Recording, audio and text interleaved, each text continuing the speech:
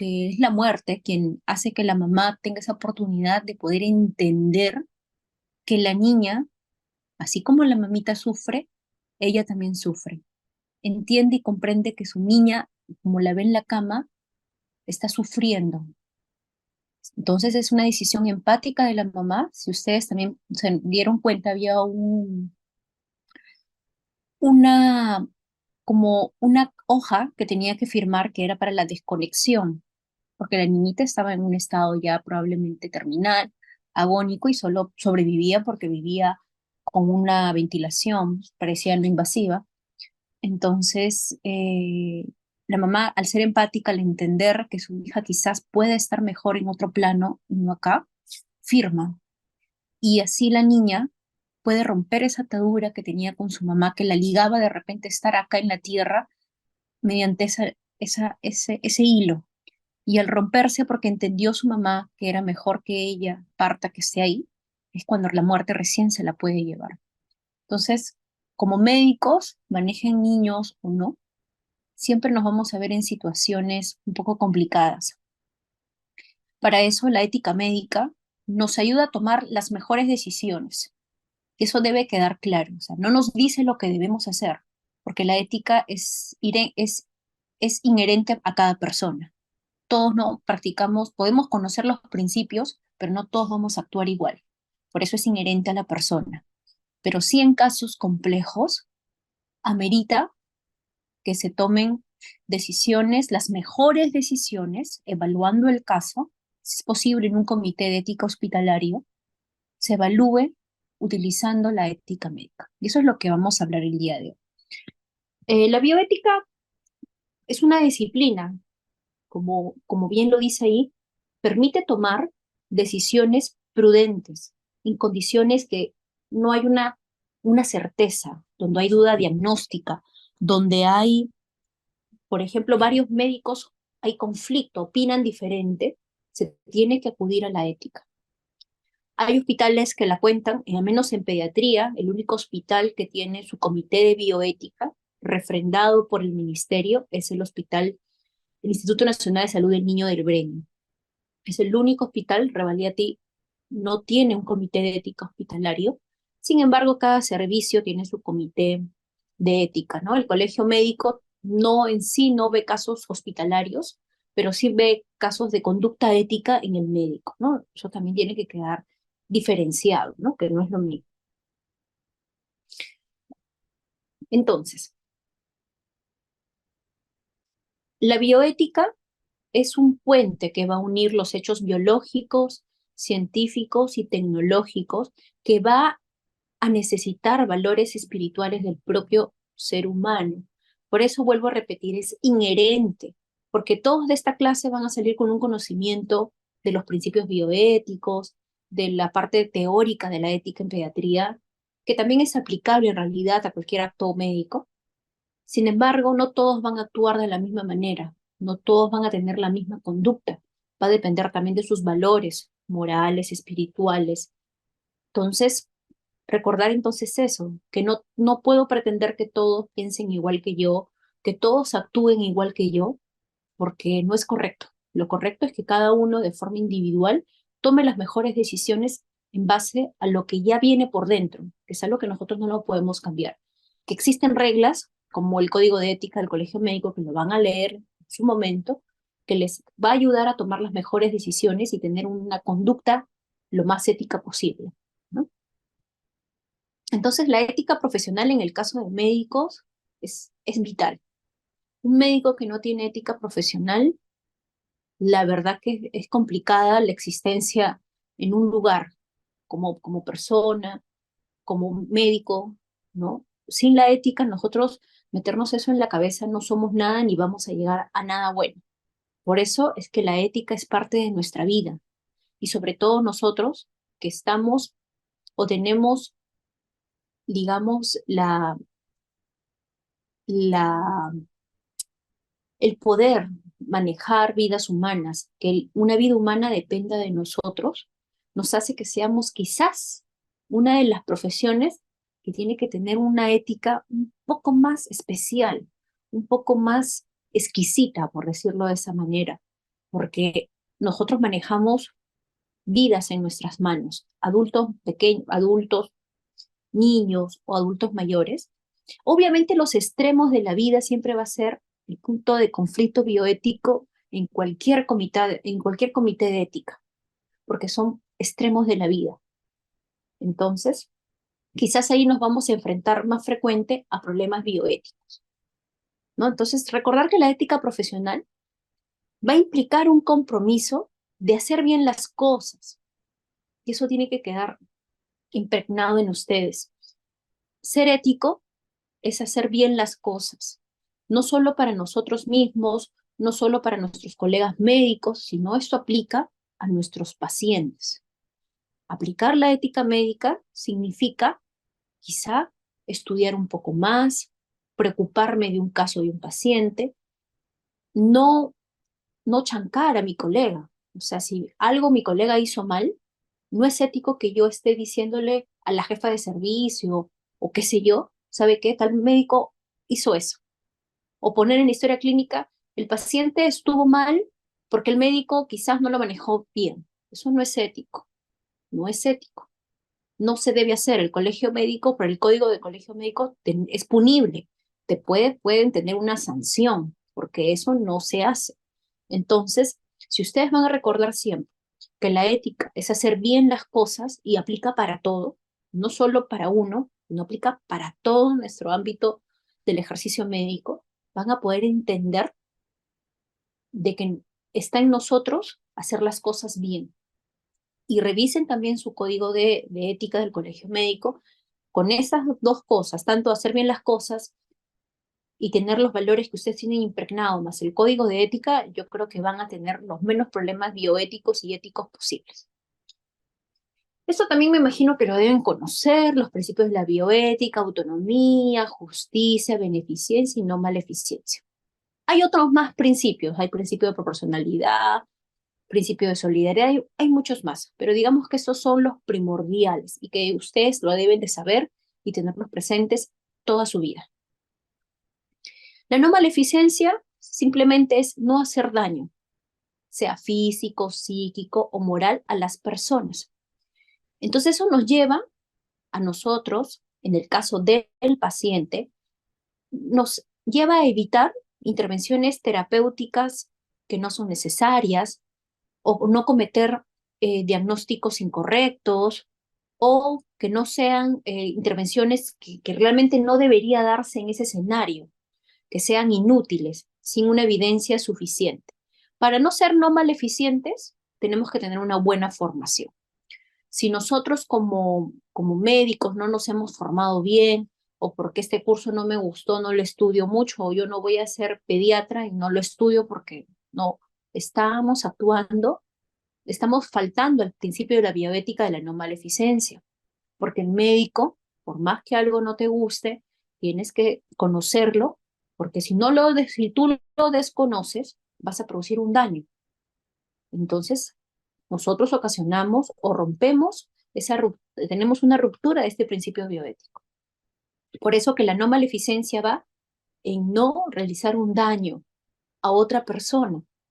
Y para eso tenemos que tener conocimiento, para evitar errores diagnósticos, errores terapéuticos, errores que nos llevan a que el paciente se complique, el paciente se muera.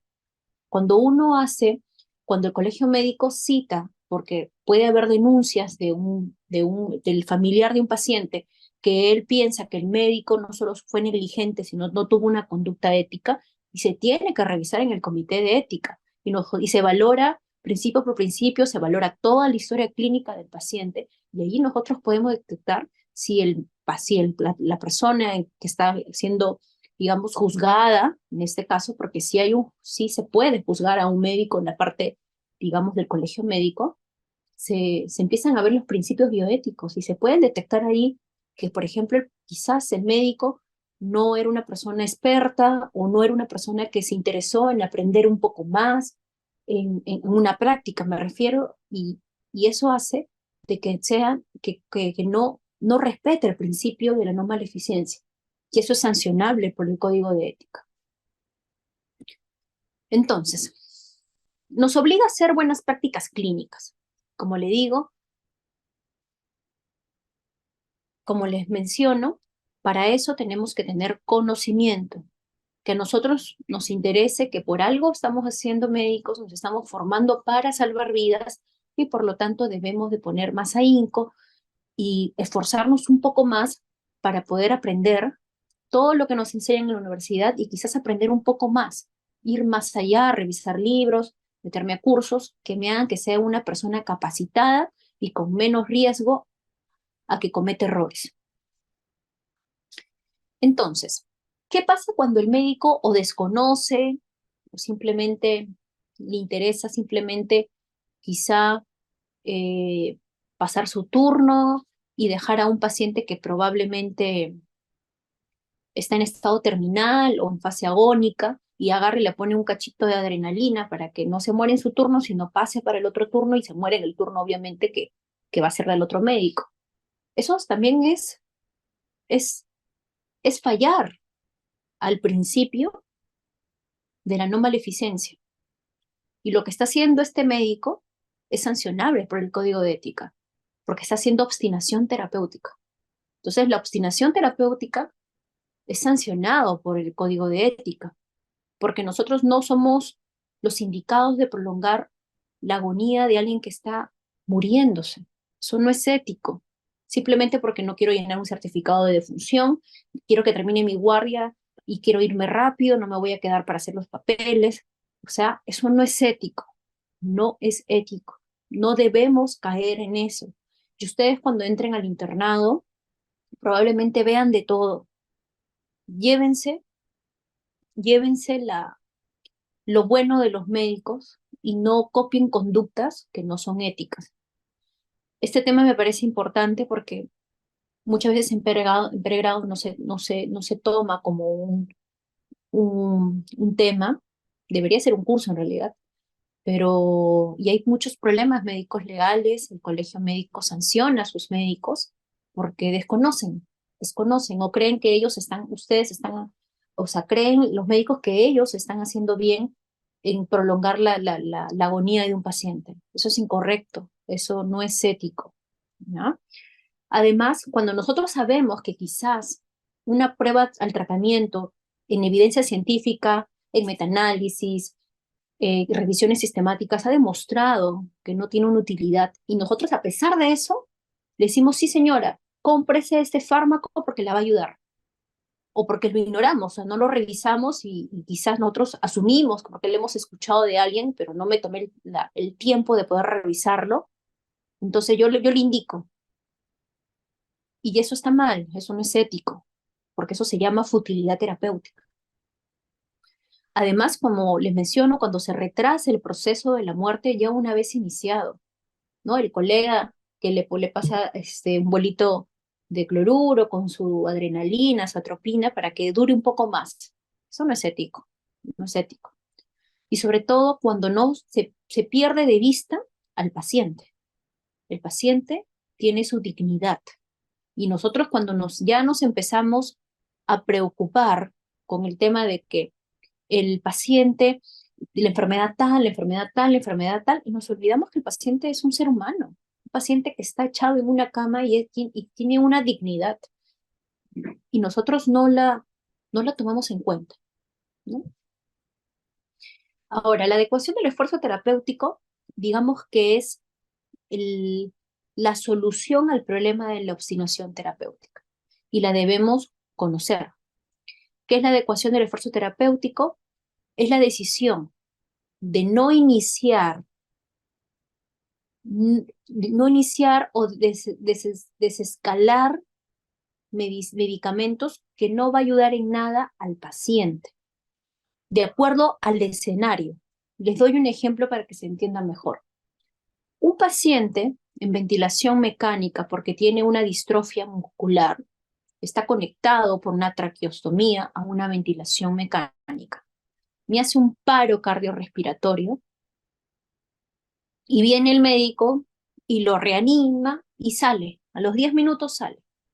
Y quizás ha quedado peor de lo que estaba. Entonces, el aplicar la adecuación del esfuerzo terapéutico es analizar el escenario en que me encuentro, con el paciente en que me encuentro, analizar el contexto del paciente. Si en mi mente tengo que nosotros usamos categorías, este paciente, según la clasificación de los pacientes que tienen amenaza para la vida, en pediátricos, está en grupo 4, o sea, es un paciente, perdón, en grupo 3, o sea, es un paciente que no es reanimable. Entonces, el no iniciar la reanimación es hacer una adecuación del esfuerzo terapéutico. Y eso no va contra el código de ética, ni estamos actuando mal éticamente. Al contrario, estamos actuando en el margen de la ética. ¿Ya? Entonces, ¿qué incluye la adecuación del esfuerzo terapéutico? Va a incluir la no resucitación cardiopulmonar, limitar la nutrición e hidratación clínicamente asistida. ¿Cómo así? Por ejemplo, tenemos a un paciente que está en fase agónica, ya está en fase agónica, que son fases de la muerte. No es necesario nutrirlo, no es necesario hidratarlo, porque su cuerpo está entrando en proceso de muerte. Entonces, es un paciente que tengo que hacer adecuación de mi tratamiento. Entonces, ese paciente no voy a indicarle su hidratación, ni menos una nutrición, porque no vendría al caso según este contexto. Asimismo, no indicar ventilación mecánica también. Por ejemplo, hace casi meses atrás, no recuerdo qué mes exacto, tuvimos un niñito de 3 meses de vida con diagnóstico de atrofia mioespinal tipo 2, que es el AME tipo 2, en niños, que significa que el niño es cuadriparésico y va de todas maneras a ventilación mecánica invasiva. Pero en ese caso el niño había debutado, me parece que a los 3 meses, con un distrés respiratorio, lo traen en emergencia y ahí diagnostican que tenía el AME tipo 2, sube al servicio, a la UCE, y ahí, para eso, cuando sube el paciente, ya los padres parece que habían sido sensibilizados de este tema, de la no intubación, y tal es así que el pacientito no se intuba. Y, y en realidad se evaluó el caso con los colegas de la unidad y llegamos a la conclusión que estábamos haciendo una adecuación del esfuerzo terapéutico, pero sí le brindamos un tipo de soporte diferente, manejamos el distrés con oxígeno, iniciamos pues medicamentos como morfina para poder mejorar el tema de la disnea y el paciente falleció, pero falleció tranquilo. Entonces, en base a este contexto del paciente, se pudo hacer una adecuación del esfuerzo terapéutico, ¿ya? Lo cual éticamente está bien, no está mal. Entonces, mi consejo es por eso, es que la adecuación no es como una receta de cocina. No es que porque tú tienes ese diagnóstico te voy a hacer eso. No es así tampoco. O sea, es analizar el contexto y la situación del momento que a uno lo llaman o están haciendo un acto médico de saber frente a qué estoy y qué voy a aplicar, siguiendo mi código de ética, ¿no?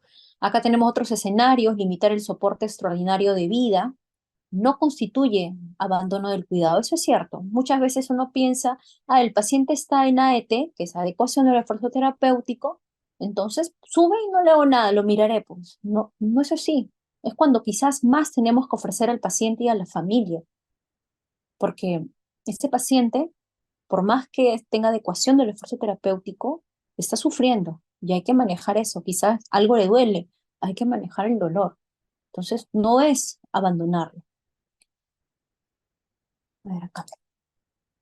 Entonces, una forma rápida, o mejor dicho, vital, que les puede ayudar a quizás tomar mejores decisiones, es siempre replantearse estos tres ítems. Preguntarme si ese paciente tiene una vida limitada en calidad, si tiene la vida limitada en cantidad, y si el paciente ha rechazado mediante un consentimiento informado del tratamiento. Si tengo esas tres premisas, este paciente es candidato a hacer adecuación del esfuerzo terapéutico. Lo más probable es que siempre existan las dos primeras, que es limitada en calidad y cantidad, para que nos ayude a tener una adecuación del esfuerzo terapéutico.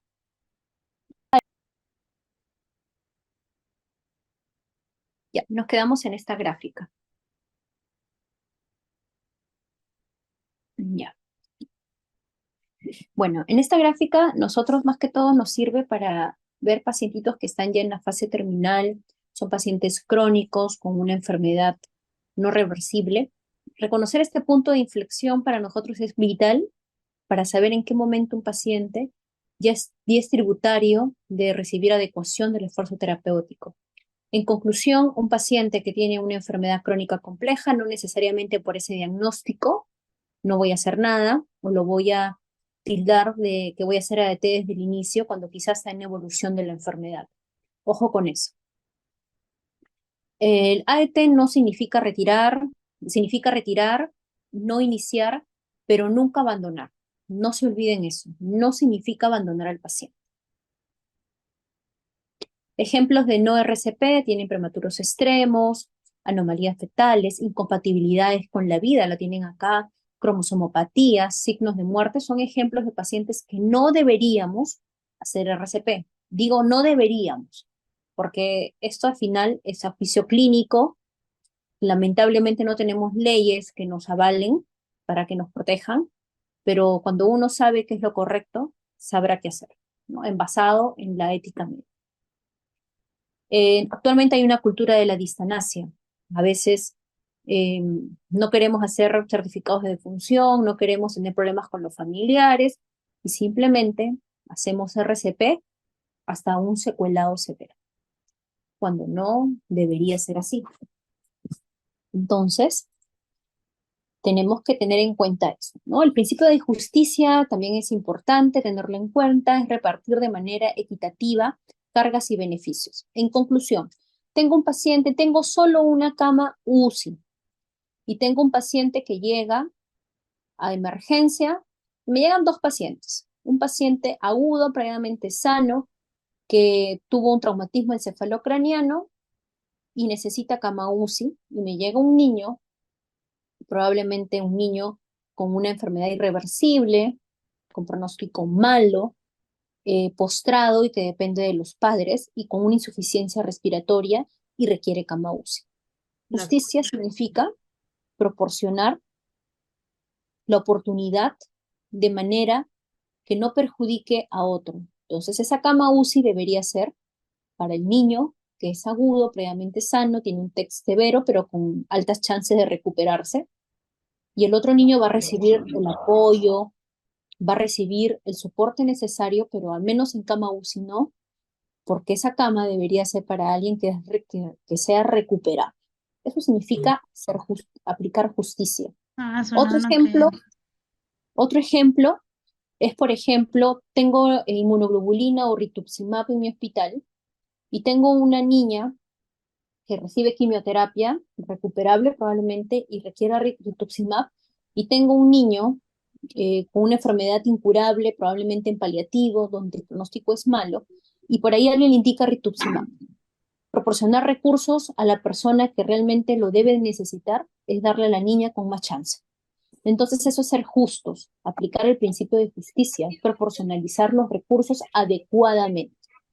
Básicamente en eso se refiere el principio de justicia, ¿no? El principio de proporcionalidad terapéutica es que el tratamiento debe guardar una relación con el efecto que uno quiera alcanzar. Si yo quiero recuperar la salud, mantener una calidad de vida razonable, minimizar el dolor y sufrimiento, pues voy a tener que aplicar este principio de proporcionalidad terapéutica que me va a llevar a tomar mejores decisiones. La autonomía es la capacidad que tienen las personas para poder decidir y tomar sus propias decisiones. Lamentablemente los niños, pues es un punto muy álgido y muy débil de la parte de la bioética, porque es un niño que no va a expresar lo que quiere para él. O sea, he tenido casos de pacientes oncológicos, quizás un poco más adolescentes, en los cuales ellos te dicen, doctora, yo ya no quiero que me estén hincando, no quiero recibir quimio porque me pongo mal, y son mis papás quienes me traen para yo recibir la quimio? De una y otra forma te está diciendo que no, es un rechazo terapéutico, pero quienes toman la decisión es que reciba la quimio no es el niño, sino los padres. Este niño ya está en la capacidad, porque tiene 12 años, ¿no? Entonces, tiene que ejercer su autonomía o al menos ser escuchado, ¿no? Para poder llegar a a un punto medio entre el padre y el niño, ¿no? Hay situaciones en que hay niños que pasan, ¿no? Con una enfermedad oncológica probablemente ya de una fase avanzada, donde no hay buena respuesta a la quimio, ¿no? Es una paciente refractario a la quimio, pero los papás siguen buscando alternativas cada vez más cruentas que hacen que el niño se maltrate. Entonces, en ese escenario, el paciente puede decir, ya basta, no quiero que me hagan más, pero los papás persisten, y muchas veces, en pacientes al menos oncológicos, la radioterapia y la quimio en ciertas situaciones y de acuerdo al diagnóstico los va a deteriorar más. Entonces, ahí hay que intervenir, hay que intervenir. Entonces, cuando hablamos de autonomía, vamos a hablar de consentimiento informado. Recordar esto, el consentimiento informado es el proceso de comunicación, no es el papelito que te hacen firmar. Eso es una forma, digamos, que en ciertas situaciones sí debería hacerse, pero basta que uno haga el proceso de comunicación de la información, sea el diagnóstico, tratamiento, operación, al paciente o a la persona encargada del paciente, en caso de los niños, para que firme el consentimiento informado para ciertos procedimientos, etc. Lo que hay que recordar es que el consentimiento informado no nos exime de responsabilidad. Ojo, no porque el papá te firmó que el niño vas a poner algo y el niño por algún motivo se complica o muere, no te exime a ti de complicar, no te exime de responsabilidad. Responsabilidad penal y civil vas a tener. Simplemente que ese papelito es algo como algo que podría ayudar, pero no te va a eximir de responsabilidad médico-legal, ¿no? Recordar que el consentimiento informado está en la legislación, en el derecho de las personas usuarias de salud, se debe respetar y siempre debe darse en situaciones, sobre todo escrita, porque puede ser implícita y explícita. Implícita se refiere que a veces cuando nosotros examinamos al paciente y le decimos, abra la boca, respire hondo, y eso es un consentimiento implícito, explícito, perdón, porque es el paciente quien está asentando, pero no ha firmado nada ni nos ha dicho, sí, doctor, siga adelante. Simplemente con la acción ya nos dice que nos está dando el consentimiento para nosotros poder examinarnos. El implícito es el de proceso de la información, que yo me siento con el paciente, me pongo a explicar del procedimiento, quizás de la información necesaria para una actividad, una acción que voy a realizar en el paciente, que puede ser una situación de una operación difícil, con grandes complicaciones. Tengo que sentarme a dar el proceso de la información, pero también dejar escrito en un documento. También se dice que debe ser el dado cuando el paciente va a ser sometido a, a una investigación o por fines docentes, debería dar su consentimiento informado. Entonces, ¿cuáles son las funciones del consentimiento informado? Promover la autonomía de los individuos, fomentar la racionalidad en la toma de decisiones médicas, proteger a los enfermos y a los sujetos de experimentación, evitar el fraude o coacción, alentar a la autoevaluación y autoexamen de los profesionales de la salud, disminuir recelos, aliviar temores, introducir en la medicina una mentalidad más probabilística y más capaz de hacer frente a la incertidumbre. Son los contenidos mínimos. Recordemos que en pediatría, básicamente el consentimiento informado es dado por los padres. El asentimiento informado no es común en pediatría. Está descrito que solo debería realizarse cuando el paciente ingresa a un estudio de investigación, pero no es algo que se dé en la práctica médica de manera habitual, porque solo se debe dar en casos que ingrese a un estudio, ¿no?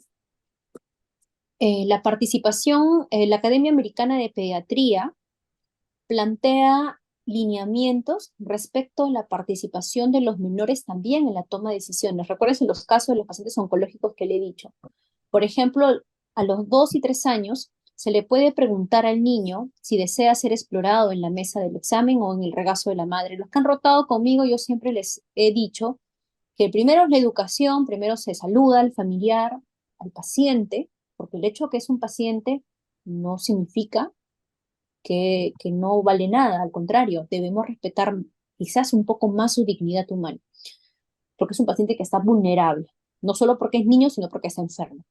Y es nosotros al momento de examinar, yo no voy a ir mecánicamente, yo siendo asistente, siendo médico, pido permiso, le digo, te puedo examinar, y él me asienta en la cabecita y recién procedo a examinar. Yo no puedo ir a prácticamente atacar al paciente de la forma de ponerlo al estetoscopio o revisarle la boca como si fuera cualquier cosa.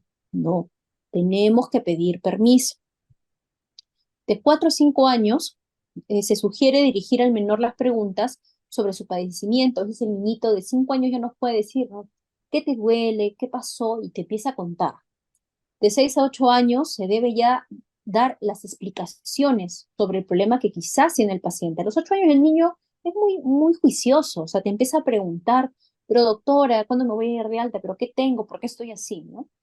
Y en los adolescentes realmente podría darse acá en el país no se da, pero en otros lugares el adolescente entra solo.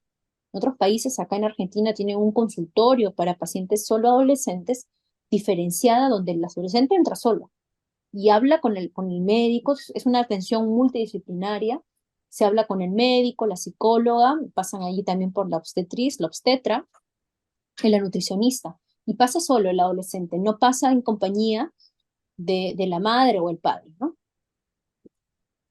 También en bioética, hay una parte de lo que es el menor maduro, que mientras no haya en nuestra ley una información sobre ello, en menos en nuestro país, no podría ser aplicada, pero trata de decir de que hay pacientes que pueden tener una biología inmadura, pero ser juiciosos, tener una madurez de tal manera que de acuerdo a la situación nosotros podemos hacer valer sus decisiones. Básicamente es lo que trata de decir el menor maduro, ¿no?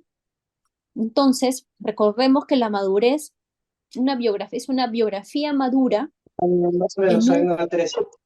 Ah, en un, en un, su- estamos 30 por 40. en un sujeto de 30 por biología 40. inmadura. Ahora, la beneficencia significa proporcionar bienestar al paciente, felicidad. Es lo que busca que el paciente A esté ver, confortable, se sienta bien, se encuentre bien. Entonces, la beneficencia es necesario, es comunicarse con el enfermo para conocer también su concepto de bien y respetarlo. También se entonces, aplica cuando las personas son como chiquito, incapaces, escuchando a los que le conocen y hablan por ellas. no, no tendrá no puede ser un 60 por El micrófono, por favor, de 40. Frida, creo que es, no veo bien. No, Jeveri Tifuno, ¿podrían silenciarlo?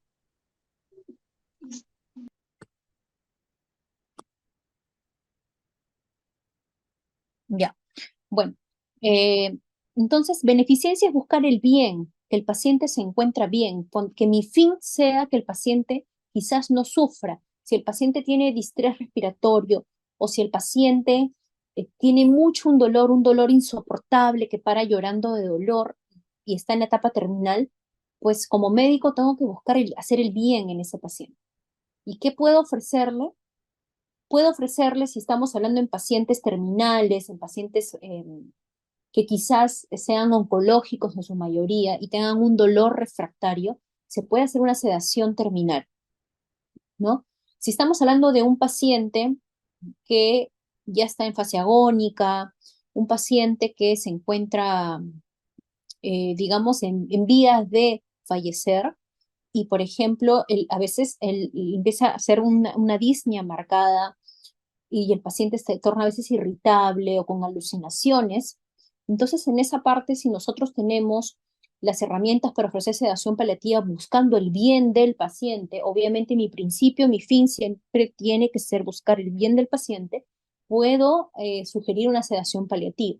Y de esa forma el paciente entra en un estado de inconsciencia donde no va a sentir, no le va a doler nada, no va a tener dificultad respiratoria, esas alucinaciones van a disminuir, tanto el paciente va a dejar de sufrir y la familia va a dejar de sufrir al ver que el paciente va a fallecer, pero tranquilo. Entonces la sedación terminal o la sedación paliativa, mejor dicho, es un mecanismo que nos puede ayudar a buscar la beneficencia del paciente. Y las condiciones para que se dé esta sedación paliativa que tiene el efecto del doble efecto, ¿qué quiere decir? Que yo en este paciente busco, el fin es que no sufra, el fin es que no sienta dolor, pero el efecto quizás es que quizás fallezca más rápido, pero ese no es mi fin. Si yo tengo bien claro que mi fin es que el paciente deje de sufrir y la familia también deje de sufrir por ver al paciente así, si ese principio del doble efecto se cumple y está enmarcado dentro del principio de la beneficencia, porque mi fin es buscar el beneficio del paciente, que él se encuentre bien, que no sufra.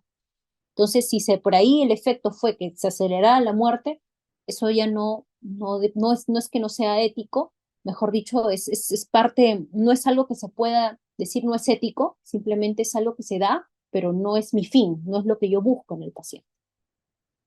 Entonces, para la toma de decisiones, sobre todo, eso lo voy a pasar, eso ya ustedes lo van a revisar seguro cuando lleguen su código de ética.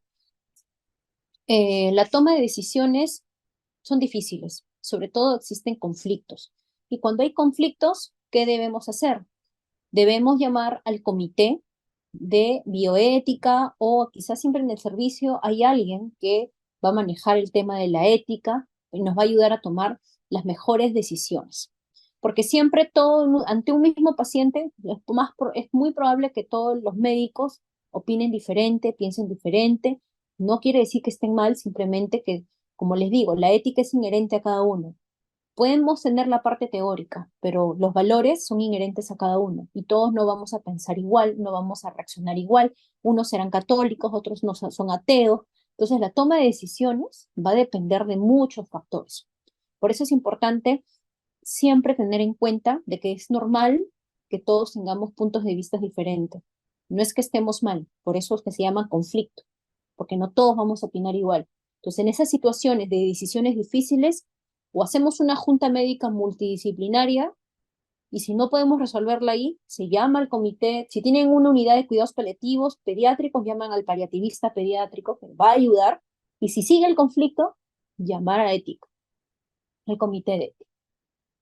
Entonces, toma de decisiones en pediatría, quienes tomamos, el equipo de salud, los padres y el paciente un poco lejado, salvo que sea considerado un menor maduro, pero es en base a la situación. No todos los pacientes, porque quieren decir, no quiero que me pongan aguja, no se les va a colocar. Obviamente que hay que verla, hay que tener en cuenta la situación en que nos encontramos y vamos a poder tomar quizás las mejores decisiones. Si para nosotros es un menor maduro, pues sabremos encajar y de acuerdo a lo que se le va a aplicar al paciente, ver qué tanta decisión puede tomar él o sus padres.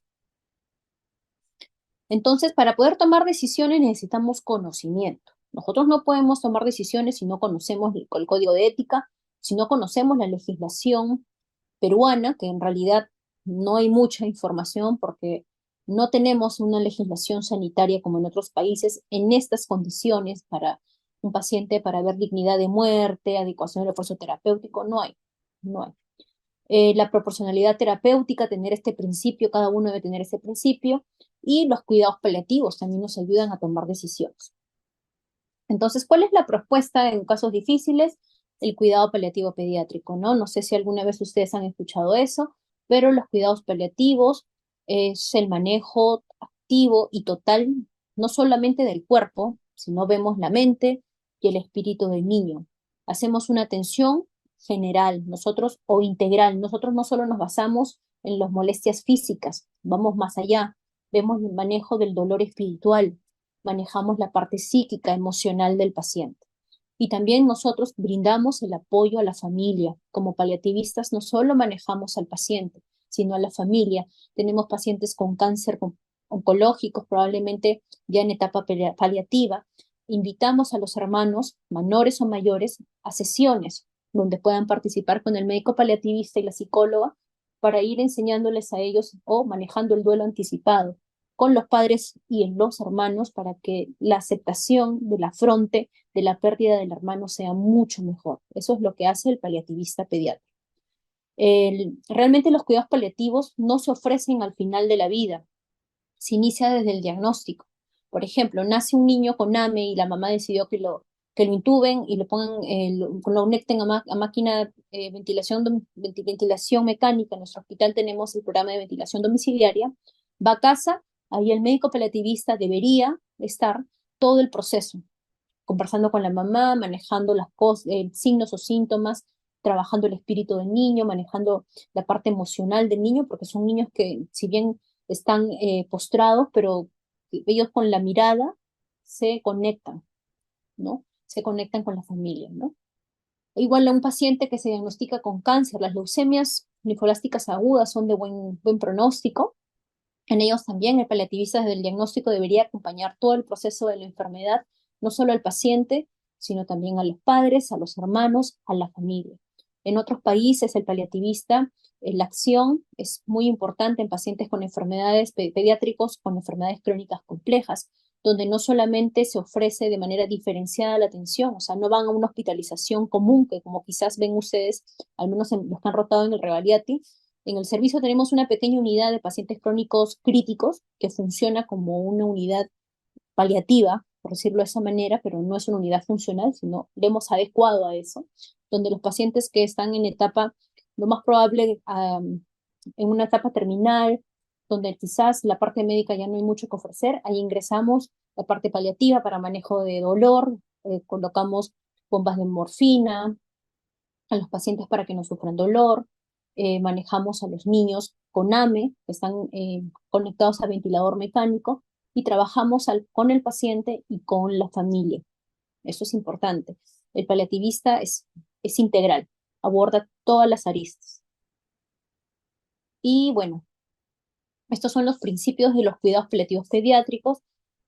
Consideramos a la muerte como un proceso normal, no lo vemos como algo malo, no lo vemos como que, oh, horror, la muerte, no. Recordar que así como nacemos, vamos a morir. Si tenemos eso presente, vamos a poder entender el proceso de la muerte. Por eso muchas veces no sé si han escuchado el tema de la dignidad de muerte. El morir, cuando un paciente está para morir, tiene que ser una muerte digna. Y para nosotros ofrecer una muerte digna, tenemos que tener interiorizado en nosotros que la muerte es un proceso natural. Yo no tengo que hacer nada adicional ni para acelerarla ni para detenerla, porque ahí sí vulnero los códigos de ética, ¿no? Es proporcionar alivio del dolor y a otros síntomas. Los síntomas que más se presentan en pacientes terminales, en pacientes paliativos, es el dolor. Aparte del dolor, es el distrés, la disnea, alucinaciones, y hay que manejar eso, ¿no? Integra los aspectos psicológicos y espirituales del paciente, ofrece un sistema de apoyo a los enfermos, sobre todo pacientes oncológicos, para que puedan ser lo más funcional posible, ¿no? Nosotros tratamos de que el niño se inserte a la sociedad, a pesar de tener una enfermedad. Vamos a los colegios, conversamos con la profesora, capacitamos a los amigos, a los alumnos del salón, a la directora, que es un niño que tiene este diagnóstico, todo eso, para que ellos sepan cómo deben actuar. Entonces, eso hace el paliativismo. Entonces, ofrece una red de apoyo a la familia para poder afrontar la enfermedad del enfermo y en situaciones donde ya estamos entrando a una fase de terminalidad y del punto de no retorno, vamos empezando a trabajar el duelo, fase del duelo anticipado, ¿no? Para que el paciente, digamos, la familia no haga un duelo complicado patológico, ¿no? Y nosotros, los paliativistas, no solo nos quedamos hasta que el paciente muere, nosotros seguimos con la familia trabajando por lo menos un año más, haciendo llamadas, intervenciones con la psicóloga para ver cómo han hecho ese afronte de la pérdida. Bueno, había unos casos, pero creo que ya se va a cortar. Son unos pequeños casos, y se los dejo ahí también para que lo revisen. Por ejemplo, ese caso sí me imagino que lo habrán escuchado, que es de Valentina, una niña de 14 años, chilena, que tenía fibrosis quística y pidió la eutanasia. Y Michelle Bachelet, ustedes saben que es pediatra, creó la ley de cuidados paliativos pediátricos en Chile, me parece en el año 2018, a raíz de ella, y le ofrecen los cuidados paliativos a esta pequeña, donde ella puede recién tener acceso a los cuidados paliativos aliviando su distrés dieron oxígeno domiciliario en casa, mejoró su calidad de vida el poco tiempo que le quedaba y murió dignamente, ¿no? Eso es lo que buscan los cuidados paliativos. A ver, acá había un videíto, pero quería pedirle eutanasia.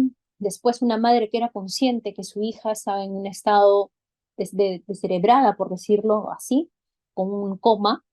Entonces la madre misma pedía que la desconecten porque para ella no era vida. O sea, ella decía que su hija no estaba viviendo con una calidad de vida. Entonces ella misma pedía que la desconecten, ¿no? Hizo todo un juicio y se pudo. Eso es todo lo contrario. Es este paciente que tuvo hasta que llegó al Vaticano, en este caso, porque es un niño que nació también con un problema neurológico congénito, que dependía de la ventilación mecánica para poder sobrevivir y los padres no, más bien pedían que siga, el hospital o los médicos proponían que se desconecte al paciente y los padres más bien decían que no, ¿no? A pesar del diagnóstico del paciente. Entonces, al final hacen un juicio y obviamente apelan todas las instancias, pero ganó el Estado y deciden retirarle la vía invasiva, ¿no? Ventilación invasiva y el paciente fallece. ¿No? Y ese es el caso de Charlie Gard, que es bien parecido al de Alfie, que es que los padres luchan más bien también para que no lo desconecten, pero le hacen un juicio, al final ganan el Estado y logran desconectar al niño, ¿no? Muy parecido a los casos que han ocurrido ahora último con María Benito. Son casos muy parecidos donde ingresa la bioética y los cuidados paliativos. Y bueno, las conclusiones están ahí. Es importante identificar correctamente al paciente pediátrico, sobre todo en situaciones de conflicto, y acudir a la bioética para tomar decisiones prudentes. Identificar siempre a un paciente pediátrico con enfermedad compleja terminal y sobre todo saber que no, el identificarlos no implica no hacer nada. Quizás implica hacer mucho más. Determinar adecuadamente cuando es un paciente en estadio terminal y de acuerdo a ello nosotros debemos ofrecer un soporte paliativo intensivo. Evitar caer en la obstinación terapéutica, sabiendo que nosotros al hacer eso estamos quebrando un principio de la bioética, ¿no? Realizar adecuación del esfuerzo terapéutico en situaciones, sobre todo, que sea acorde a la situación de que estemos frente a un paciente terminal, que una expectativa de vida corta, entonces debemos realizar la adecuación del esfuerzo terapéutico. Entonces, en casos de incertidumbre, debe convocarse a un equipo de bioética para que se tomen las decisiones más prudentes y adecuadas, con la finalidad de evitar problemas médicos legales. Y eso no se olviden, la muerte no es la mayor pérdida en la vida, la mayor pérdida es lo que muere dentro de nosotros mientras vivimos, ¿no? Y siempre esa es nuestra frase de los paliativistas, debemos aliviar siempre cuando curar no sea posible. No solo aliviar, sino también acompañar al paciente y a la familia cuando nosotros tengamos en mente que quizás no podemos hacer con la ciencia mucho, pero nosotros como médicos podemos ofrecer algo más, aliviar y acompañar. Bueno, eso sería todo. No sé si tienen alguna consulta. Creo que nos quedan minutos nomás.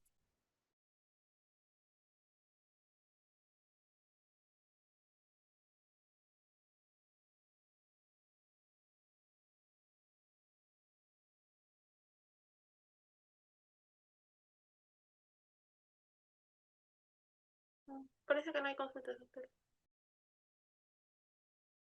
Ok, entonces terminamos con la exposición.